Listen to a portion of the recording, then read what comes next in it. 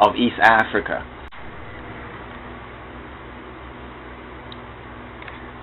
Okay, so we're seeking to establish the fact that many of the Solomonic kings of Ethiopia were from the Oromo ethnic group that's found in Ethiopia and in northern Kenya and in other parts of East Africa.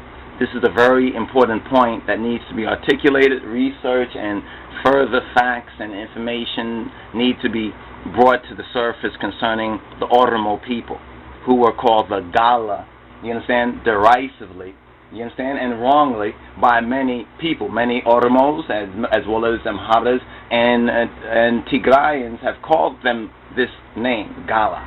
But what does the Gala really mean? Gale. If you don't understand the Arabia Fusa, and from Arabia Fusa, Gale, you understand, means say no.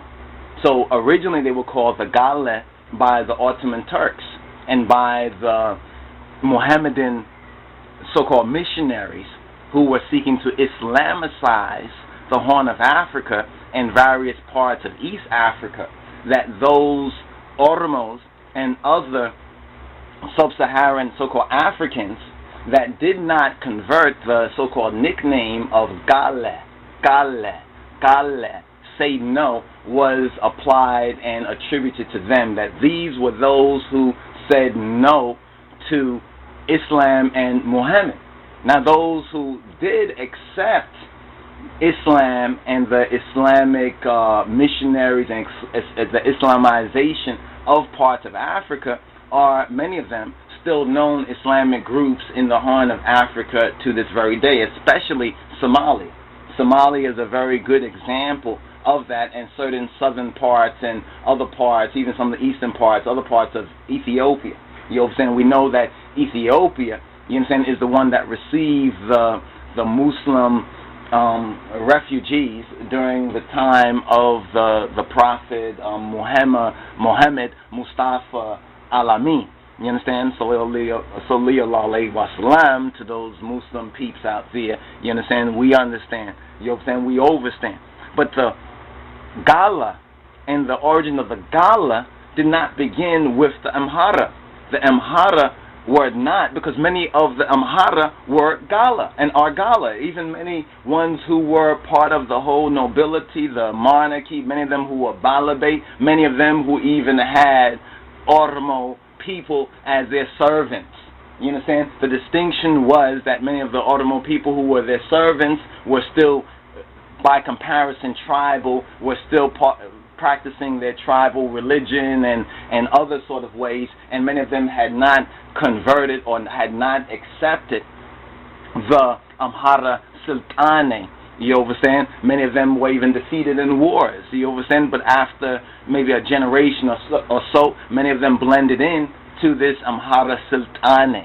This is the one reason why, you understand, when we look at a historical view of Ethiopia, we cannot say that the Amhara were a tribe in the so-called classic Eurocentric misinterpretation of tribe, which has fostered untold and unnumbered massacres and genocide throughout Africa, pitting one people against another people for so-called colonialist, neo-colonialist, and neo-imperialist and white supremacy aims on Africa. Because in order to get that land, they had to remove the people. In order to remove the people who were at peace with one another, and we say relative peace, they may have had wars or they may have had conflicts. I mean, these things happen all over the world. You understand? Country hillbillies and country bumpkins, you understand, fight amongst themselves. Different clans fight against the next clan. You understand?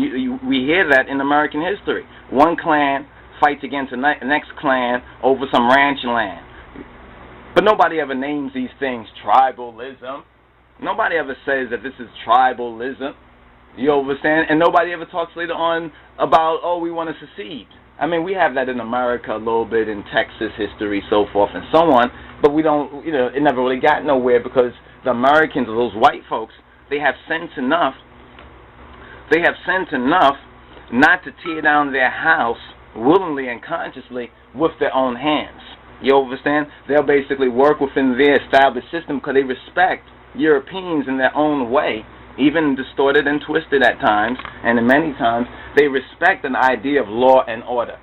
You understand? So they may get upset with each other, you understand? And anywhere where Europeans have broken off from each other, I mean, look at Ireland, look at the Irish and the English. Aren't these people similar peoples who share a lot in common, religion and everything, but they fought each other? Some of them say that they might start fighting each other again, who knows?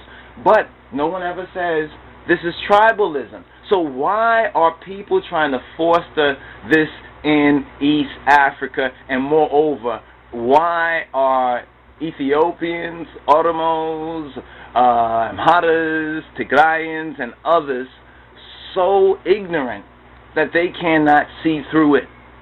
You know what I mean? Why can't they see through it themselves and say, yes, we've had a history together, and all the history has not been pleasing. But this is the real world, ain't it?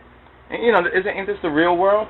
You understand? But overall, why can't they see, like we said earlier, the Oromo people, many of the Oromos, you understand, were Amhara kings. So how could that be so? Many of the Oromo, I was doing the research, I was in some books, and or Amhara, I think, and it came across like a couple of like names of different ones in history, and they say so and so and Amhara who was of the Gala, and they say such and such of Amhara a Gala, and this was some Balabate or Ras or other individual. And then we find that even with Menelik or with Kedemawi Haile Selassie, that these are Oromo people, but then they are known historically. You see what I'm saying? Then they're known historically as Amhara, because Amhara is not a tribe in that sense, it's a sultanate. It's almost like when Americans talk about Anglo, like Anglo-American, you know, and you never ask, well, why they use that? Even though they may be of different groups and different tribes, why do they call themselves these things? When you understand that nuance, then you may be able to better understand what's going on right here.